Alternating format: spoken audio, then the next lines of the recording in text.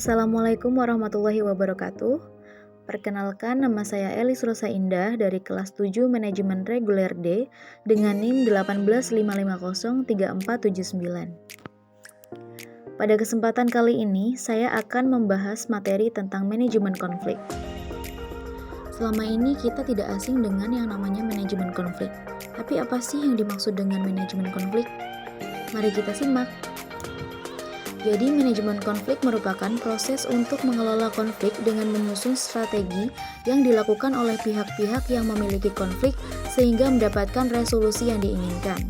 Cara penanganan konflik di dalam manajemen konflik ini biasanya dilakukan secara konstruktif dan membawa pihak yang berkonflik ke dalam suatu proses yang kooperatif, serta dapat merancang sistem kooperatif yang praktis untuk dapat mengelola perbedaan secara konstruktif. Pentingnya manajemen konflik dalam organisasi. Di dalam sebuah organisasi, manajemen konflik sangat penting untuk dikembangkan. Mengembangkan manajemen konflik memungkinkan suatu organisasi atau perusahaan tersebut mampu mengevaluasi sistem dan mengembangkan kompetensi. Maksudnya, manajemen konflik di dalam suatu organisasi ini kemudian efektif dijalankan. Berikutnya ada strategi manajemen konflik. Selain cara dan teknik terbaik melakukan manajemen konflik, melaksanakan manajemen konflik juga memerlukan strategi yang baik agar tidak salah langkah. Ada berbagai strategi yang dapat digunakan untuk mengatasi konflik di antaranya. Yang pertama yaitu akomodatif.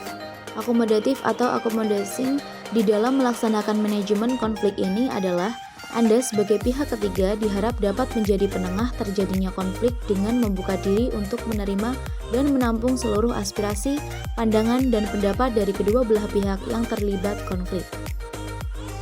Yang kedua, ada menghindar. Strategi menghindar atau avoiding di dalam manajemen konflik dilakukan sebagai langkah antisipasi yang dilakukan untuk mencegah dan menghindari potensi konflik. Di sini, seseorang dituntut harus memiliki daya analisis yang tajam terhadap dinamika organisasi dan tim. Yang ketiga, ada kolaborasi. Strategi kolaborasi atau collaborating ini mampu mengubah konflik menjadi hal yang positif. Caranya yakni dengan membiarkan semua pihak yang terlibat di dalam konflik mampu berkolaborasi. Meski demikian, strategi manajemen konflik ini hanya akan efektif bila kedua belah pihak yang memiliki konflik bisa menyepakati tujuan bersama. Kemudian, strategi manajemen konflik selanjutnya adalah kompromi, di mana proses penyelesaian konflik ini dilakukan dengan upaya untuk mencapai kompromi ketika masing-masing pihak yang terlibat dapat menurunkan atau mengurangi tuntutan, kepentingan, keinginan, atau kehendak, sehingga dapat menghasilkan titik temu yang dapat diterima kedua belah pihak. Kemudian, strategi yang kelima yaitu strategi kompetisi atau competing. Untuk melaksanakan manajemen konflik ini dilakukan dengan cara membiarkan kedua belah pihak yang berkonflik untuk dapat berkompetisi secara sehat. Anda sebagai penengah atau wasit dapat memantau dan mengawasi kedua belah pihak. Kemudian strategi yang terakhir adalah strategi konglomerasi atau conglomeration. Ini merupakan cara menyelesaikan konflik atau strategi manajemen konflik dengan menggabungkan beberapa strategi diatasi dengan dilakukannya sebuah kompromi. Kompromi adalah tipe manajemen konflik yang paling umum dilakukan bukan untuk menghasilkan win-win solution, tetapi untuk memenangkan semua pihak dan tidak ada yang dirugikan. Berikutnya ada contoh konflik. Setiap orang pasti memiliki gaya bekerja masing-masing. Beberapa orang lebih suka bekerja di dalam suatu kelompok, sementara ada pula yang lebih suka bekerja sendirian dan melakukan pekerjaan terbaiknya. Ada orang yang tidak memerlukan arahan ekstra untuk bekerja, ada pula yang harus dituntun atau diberi arahan di setiap langkahnya.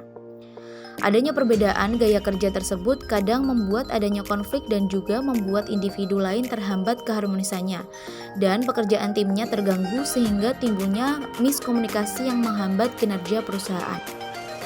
Untuk penyelesaiannya, manajemen konflik yang digunakan dalam kasus ini diperlukan cara untuk memahami dan menghormati gaya kerja setiap anggota yang berbeda-beda untuk dapat bekerja dan membentuk tim kerja dengan sukses.